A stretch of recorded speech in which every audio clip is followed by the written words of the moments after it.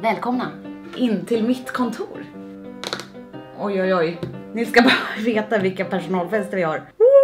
Här går det bild till. Oj, oj, oj. Tänk er att jag på riktigt ska åka på kick-off. Företags-kick-off. Själv.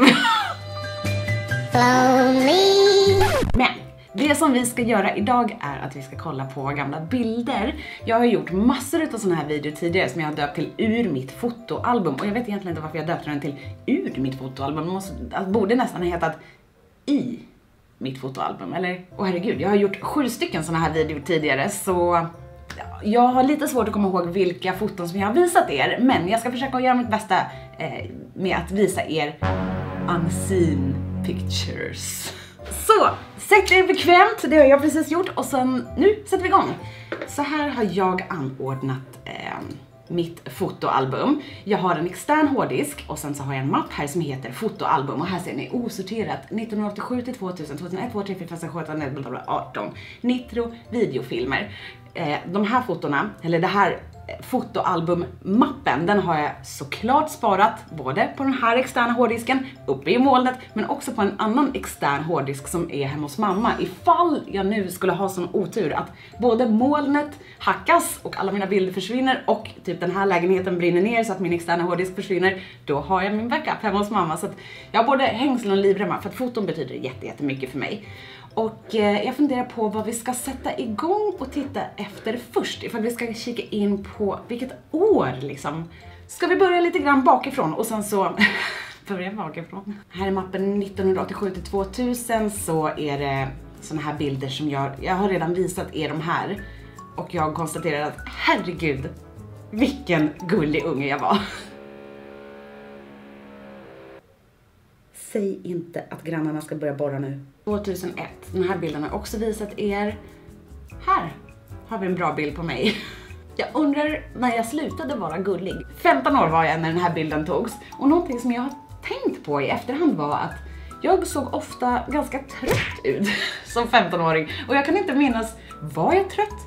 Eller hade jag bara en sån look? Åh nej. Ni ser min hårfärg. Eller inte bara hårfärgen utan också hur kort den lilla hästsvansen är. Jag hade inte klippt av mig håret utan det hade gått av för att jag färgade det så himla mycket hemma. Jag gjorde det först brunt och sen så ville jag vara blond igen och så blev det ju inte blont, det blev ju helt flammigt. Så då var jag tvungen att lägga i blekning typ så 10 gånger men kanske 2-3 gånger var jag tvungen att lägga i blekning. Och så när man, det kommer jag ihåg, när man borstade håret så var det som gummi. Det gick liksom att dra i det och bara, alltså då vet man att det är riktigt illa. Varför har min lillebror på sig en tomteluva? Kolla min klädstil. Och det där var min finaste jacka. Den hade jag alltid i skolan. Och jag minns att jag kände mig så snygg i den. Jag bara, wow, den är sportig. Den är vit. Man får skratta åt sig själv. Jag tror jag har visat er den här bilden förut. Men här ser ni igen. Trötta looken.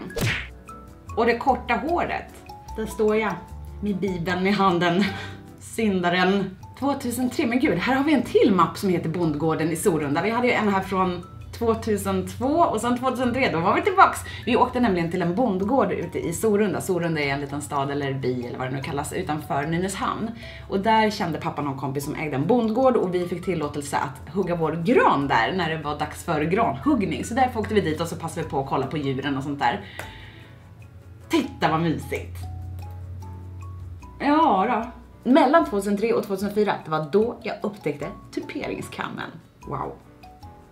Ni ser ju.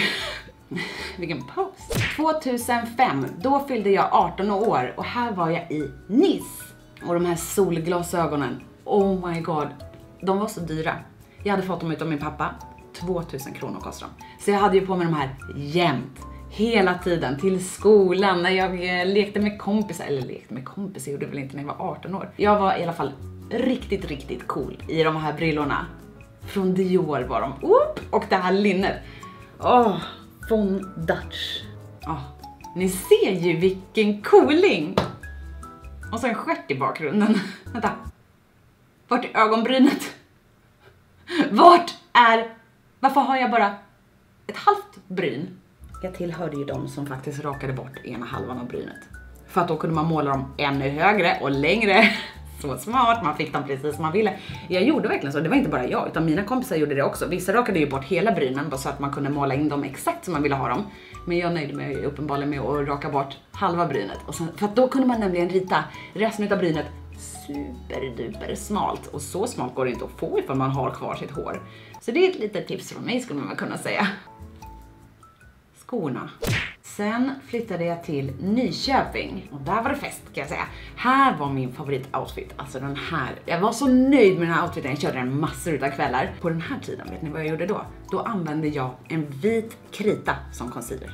Alltså en vit clownkrita. Jag gick och köpte den på leksaksbutiken. Ni vet att det finns så här små kit. Man köper en röd näsa och så är det en vit krita och en röd krita och så är det väl en liten peruk. Ett sånt kit gick jag och köpte.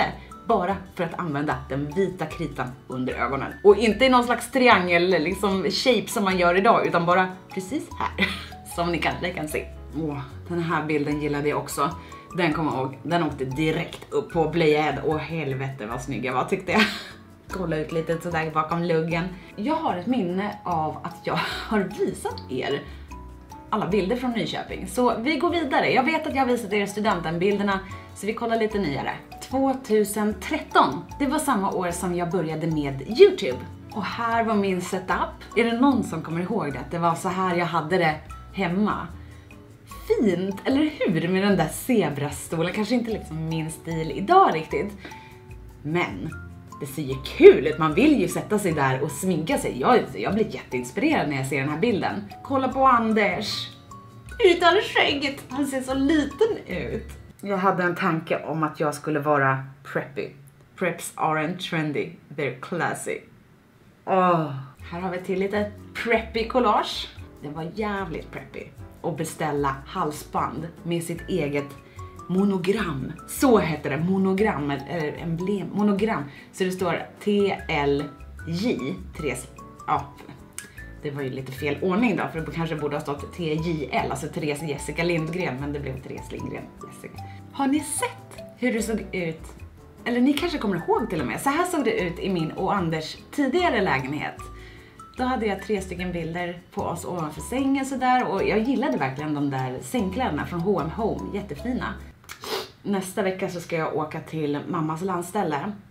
Och under den veckan kommer inte jag ta med mig någon nässpray. Utan då är det avvärmning som gäller. Nu är det slut med den här nässprayen.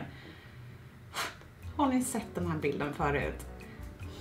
Den här hunden heter Carlo. Det var en av de hundarna som vi var jourhem åt. Jag tror att det var den 3:e hunden. Och han satte sig jämt sådär. När han ville typ ha uppmärksamhet eller när han ville tigga mat eller vad den var, så satt han alltid sådär. Alltså jättegullig. Men gud, ja, det här är en bildserie utav typ de sötaste bilderna. Alltså, okej, nu blir det väldigt mycket gulligt här hela tiden. Men alltså ni måste bara kolla på det här. Kolla, där ligger lilla Carlo och liksom, Anders ligger och sover och så håller de om varandra. Alltså titta vad sött!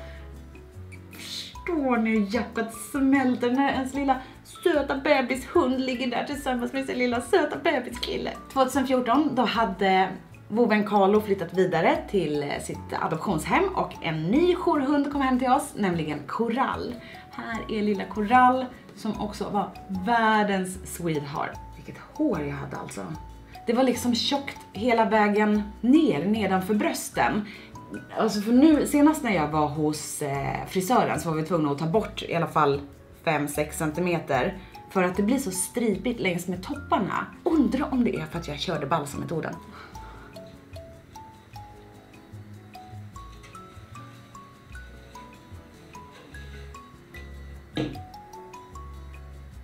Det där var Corals bästa leksak. Så Coral var en tjej ifall det inte har framgått. Och hon tog med sig den där mellan alla olika rum och hade den där och hon sov. Bebis. Ja, och hon ville alltid ligga så där på vår fönsterbräda. Så hon gick upp på soffan och hoppade upp och så la hon sig så där i fönstret och tittade ut typ som en liten katt. Min första paycheck från Google 2014 alltså. Här var förresten min förra förlovningsring. Jag och Anders var ju förlovade. Jag kommer inte ihåg när vi förlovade oss. Jag tror att det var 2000. Ja men gud, det var 2012. Alltså den 12 december 2012 så förlovade vi oss. Och då fick jag den här ringen. Eller ja, jag valde ring själv. Okej, sista hundbilden nu, jag lovar. Den här bilden togs nämligen på Arlanda när Coral kom till Sverige. För att Coral hade varit gatuhund i Spanien. Jag kommer inte ihåg vart i Spanien, men någonstans i Spanien. Och så hade en organisation i Spanien som jobbar med att samla in gatuhundar hade fångat Coral. Och sen hade de satt Coral i en sån här stor hundgård där hon hade sprungit med massa andra hundar. Och sen så tog den här organisationen, svenska organisationen Hundar utan hem, tog sig an Coral och massor med andra hundar, så det kom typ 10 stycken hundar samtidigt och så var vi 10 personer där som stod och väntade och som skulle vara jourhem. Vissa var redan adopterade när de kom till Sverige, men Coral skulle då bo hos mig ett tag. Och hon har ju suttit i karantän, eller bara karantän, jag kommer inte riktigt ihåg, men hon var så svag, hon hade liksom inte ätit på, men det var säkert 1 eller flera dygn. Och så hade hon något lugnande i kroppen och hon hade inte druckit på länge. Alltså hon var så svag och bara gick jättelångsamt. Och men gud, jag började nästan gråta nu när jag pratar om det, för hon var så fin. Åh, min lilla älskling. Nej, 2015 vill jag hoppa över. För att det var, jag får så ont i magen när jag ser de här bilderna från 2015. För att, och där tog kamerabatteriet slut, men we're back. Det jag tänkte säga var att 2015, jag har en mapp med bilder från 2015, men när jag tittar på de här bilderna så får jag ont i magen. För att det var ju 2015 som Anders gjorde slut med mig och som jag flyttade till min förra lägenhet.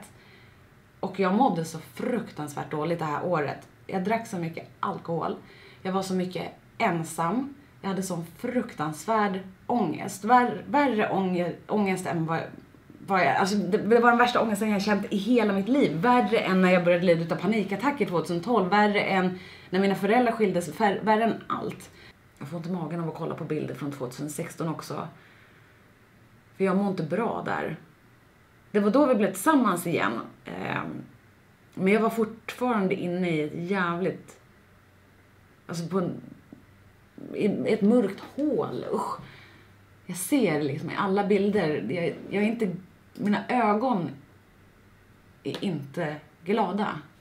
Vad säger ni? Ska vi kolla ifall det finns några roliga mobilbilder från förra året? Jag vet inte, jag kanske tog några jättekul bilder som vi kan hitta nu. Det var förra året som jag fick min tandställning. För mig känns det så himla konstigt att det var 2017 som jag bodde i min gamla lägenhet. Det känns som att det var ett liv sen. Vad